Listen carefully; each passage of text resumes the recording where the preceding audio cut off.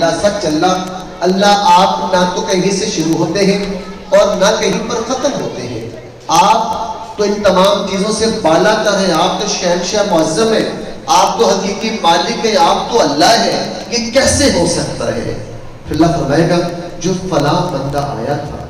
جو فلاں سائل آیا تھا، جو فلاں مظلوم آیا تھا، جو فلاں لٹا ہوا آیا تھا، جو فلاں ٹوٹا ہوا آیا تھا،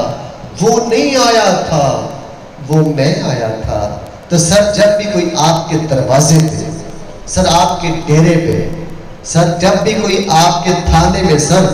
آپ کی دفتر پہ، آپ کی فیکٹری پہ،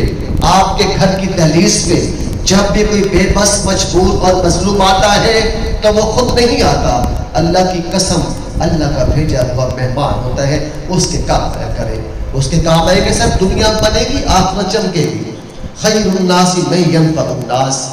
لوگوں میں اچھا وہ ہے،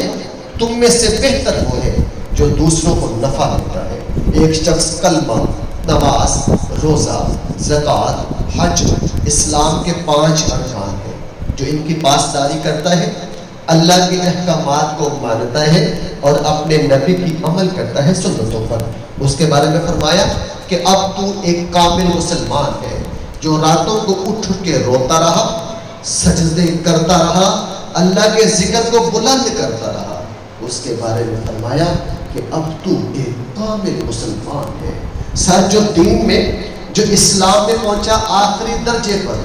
اس کے بارے میں فرمایا کہ اب تو ایک کامل مسلمان ہے۔ سر اخلاق کے بارے میں کیا درس دیا ہے کہ جس کے ہاتھ اور زبان سے دوسرا مسلمان محفوظ رہے وہ بھی کامل مسلمان ہے۔ اگر یہی بندہ یا بندی دوسروں کے لیے بہتر کرنا شروع کر دے، دوسروں کے لیے فائدے مند بن جائے تو یہ نبی بنتے بنتے رہ گیا، بس نبی نہیں بنایا، باقی تمام خوبیاں ہیں۔ تو پوری رات تہجد کی نماز پڑھنا یہ بڑا آسان کام ہے، اور گالی والے کو دعا دینا یہ بڑا مشکل کام ہے، پیدل حج کرنا بڑا آسان کام ہے، حقدار کو حق دینا یہ بڑا مشکل کام ہے۔ اللہ کے نبی نے کیا درس دیا ہے کہ اللہ نبی پاک دا حوصلہ کھا کے پتھر بھی ہو مسکراندہ رہا، او دے اخلاق تو جاوا قربان میں ویدیاں نہیں بھی چادر بچھاندہ رہا۔ جب تک ہمارے اخلاق ٹھیک نہیں ہوگے بھیا بہتری نہیں آ سکتی۔ ارے اللہ کے نبی نے فرما دیا، بھیا فرما دیا، بتا دیا پھل کھا کے چھلکے ہمسائے کے دروازے پر مت پھینکنا کہ ان کے بچوں کا جینا لگ جائے۔ پکا دیا، ہنڈیا پکانے کا شوق ہے تو پکاؤ، اس کی خوشبو کو ڈھانپ کے رکھنا،